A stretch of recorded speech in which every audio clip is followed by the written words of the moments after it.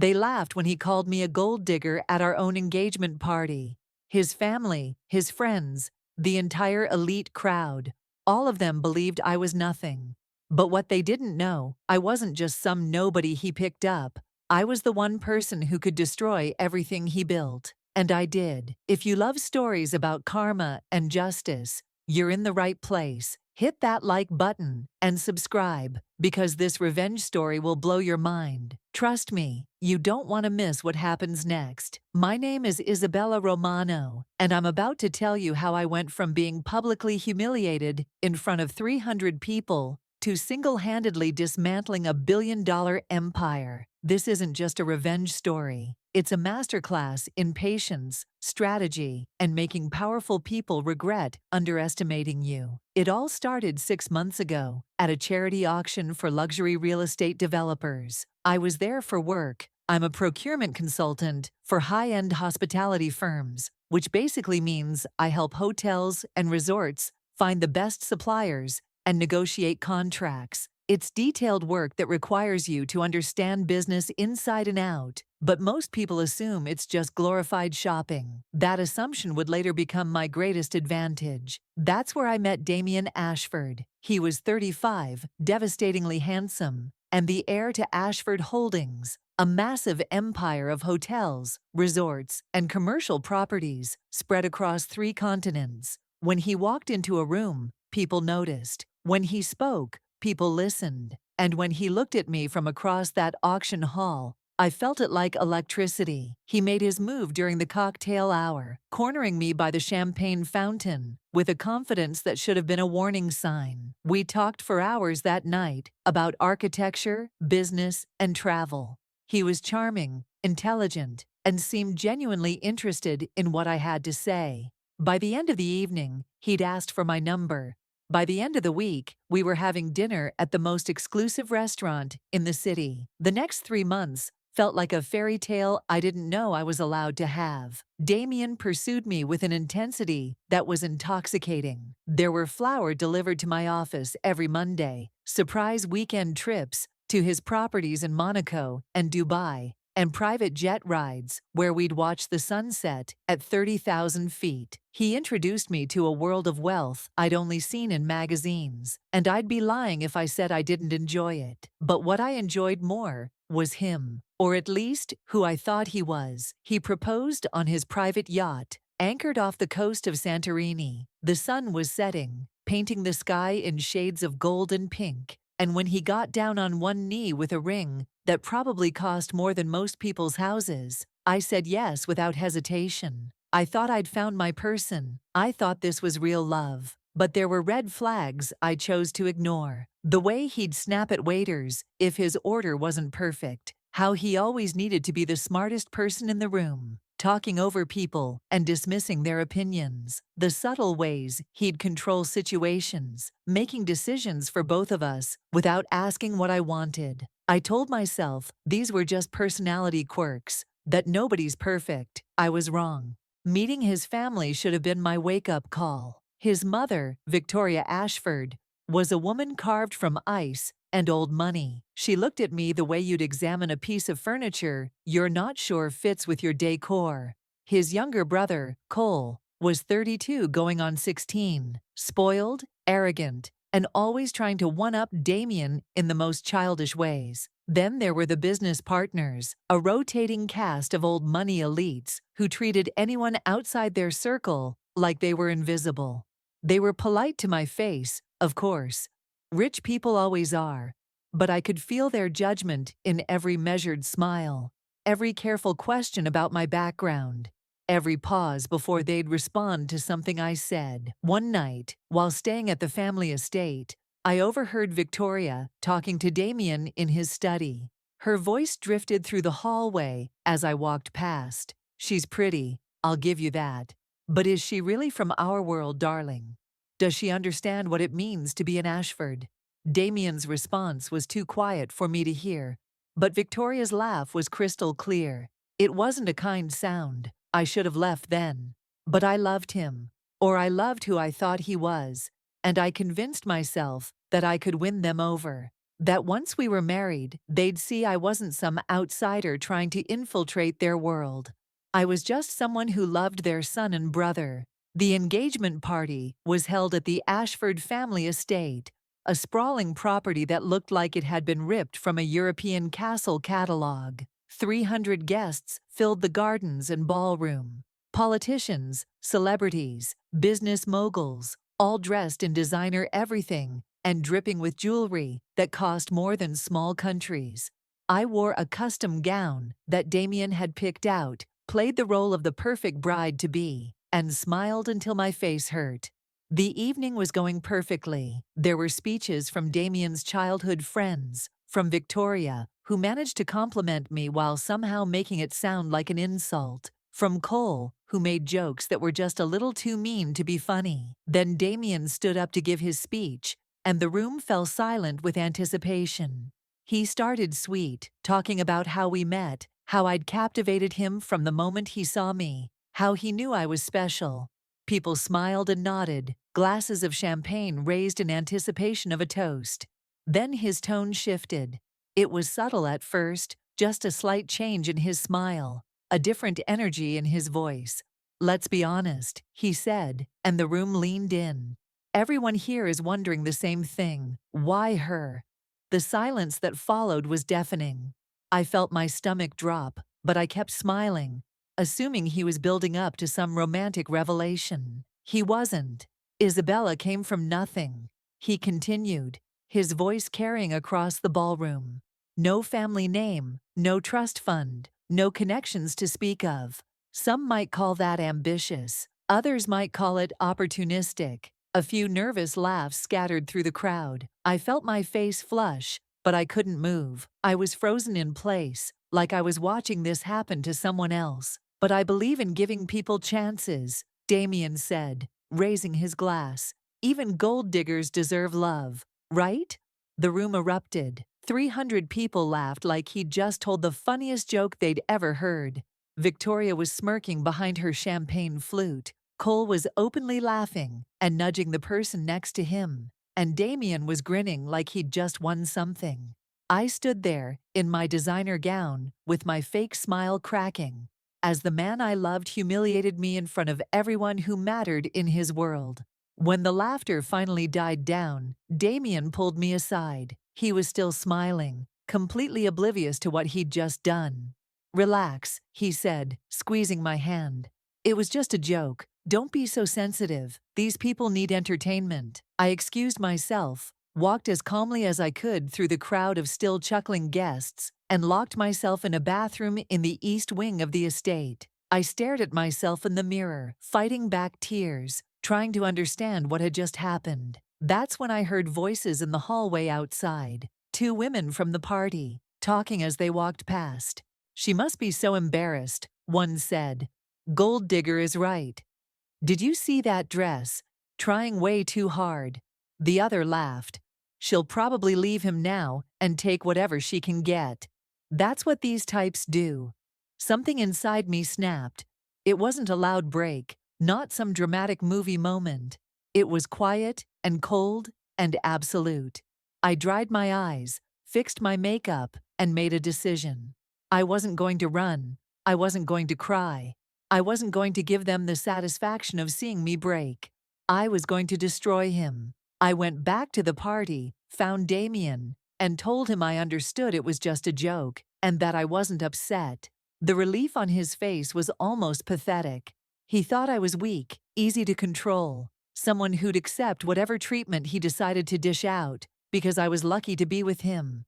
He couldn't have been more wrong. I stayed engaged. I smiled through wedding planning meetings with Victoria, who took every opportunity to remind me how lucky I was. I laughed at Cole's mean-spirited jokes. I played the part of the grateful, slightly overwhelmed bride who couldn't believe her good fortune. But behind the scenes, I was building something else entirely. I started with access. Damien was careless with his privacy around me because he didn't see me as a threat. His home office was always unlocked. His laptop password was his mother's birthday, which he'd mentioned once in passing. His private files were organized but not encrypted, because who would dare look through them? I would.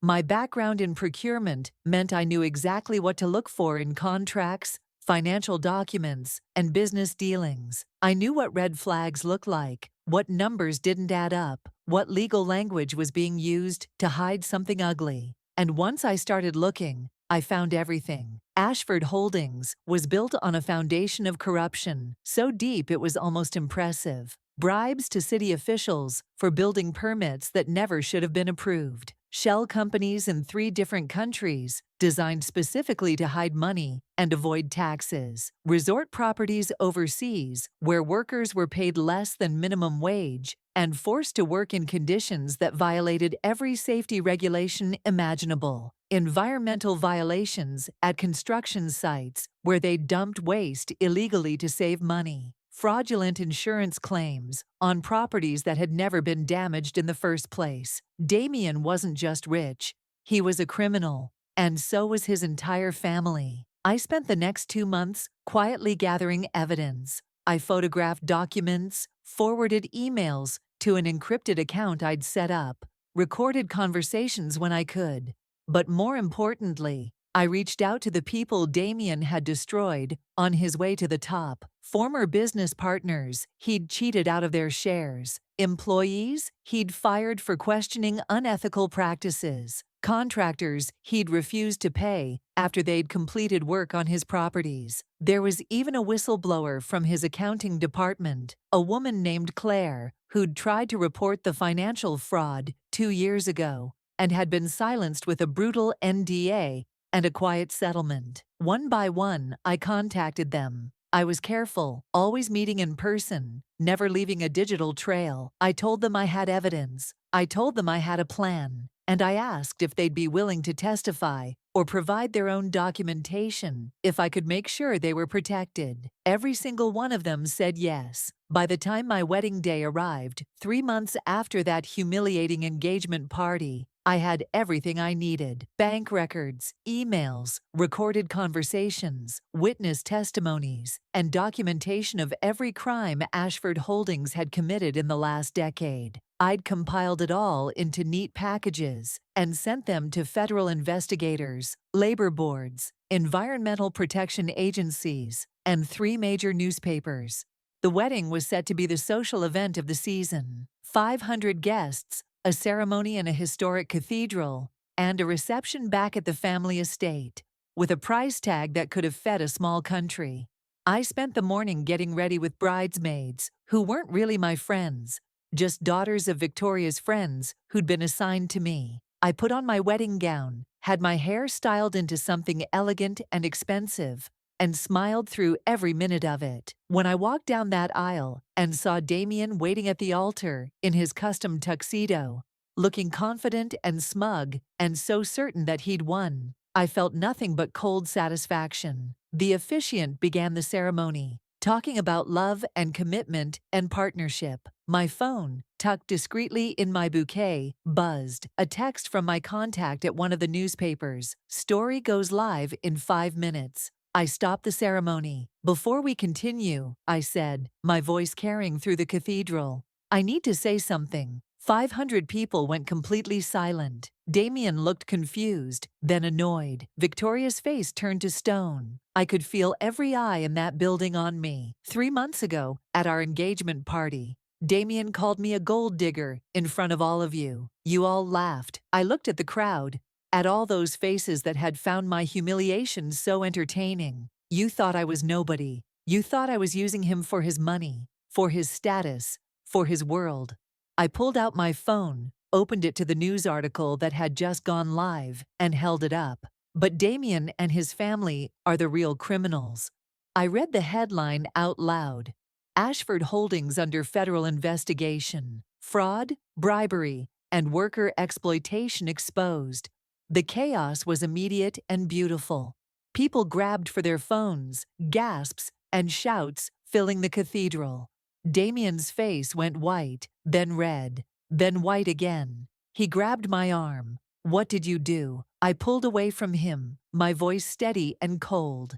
I gave them everything, every crime, every lie. every person you destroyed to build your empire. Did you really think there wouldn't be consequences? Victoria screamed something from the front row. Cole tried to grab my phone, but I stepped back. The crowd was in full chaos now, everyone talking at once, the news spreading through the cathedral like wildfire. And then, right on cue, federal agents entered through the main doors. They'd been waiting for my signal, parked outside in unmarked cars. They walked down that aisle with purpose, their footsteps echoing off the cathedral walls. 3 of them approached the altar, and I stepped aside as they served Damien, Victoria, and Cole, with subpoenas right there in front of everyone. The looks on their faces, the shock, the rage, the dawning realization that their world was collapsing, made every humiliation I'd endured worth it. I turned and walked back down that aisle alone, still in my wedding dress, past hundreds of people too stunned to even whisper.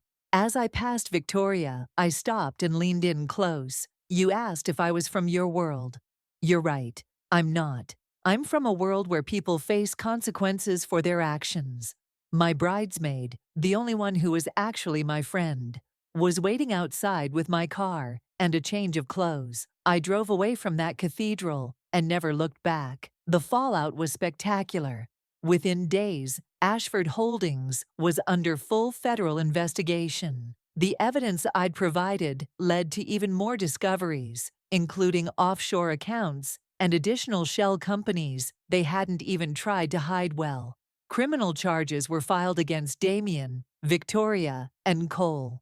Multiple lawsuits from former employees and business partners followed. Their assets were frozen, their properties seized, and their carefully constructed empire crumbled like a sandcastle at high tide. The story went viral. News outlets called me the runaway bride who'd exposed a billionaire's corruption. I never gave interviews, never revealed my identity to the public. I didn't need the attention. The justice was enough. Damien, Victoria, and Cole all faced trial. The workers who'd been exploited finally received compensation. The contractors who'd been cheated got settlements. The environmental damage at the construction sites was being remediated.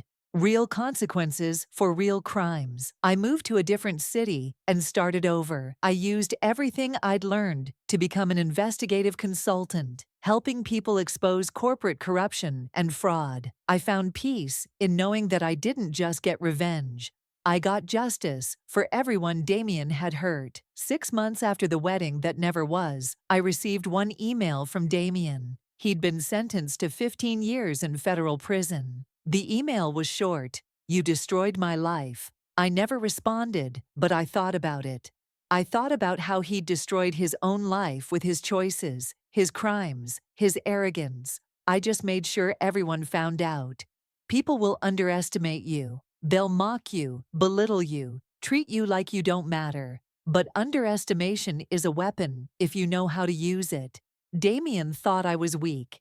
His family thought I was worthless. They never imagined that the gold digger would be the one to bring down their empire. The best revenge isn't emotional. It's strategic, it's patient, and it's devastating. If this story taught you anything, let me know in the comments. What would you have done in my position? And if you enjoyed this story of karma and justice, smash that like button and subscribe for more incredible true stories. Remember, never underestimate the quiet ones. They're usually the most dangerous. Until next time, this is Isabella Romano, reminding you that karma doesn't forget, and neither do I.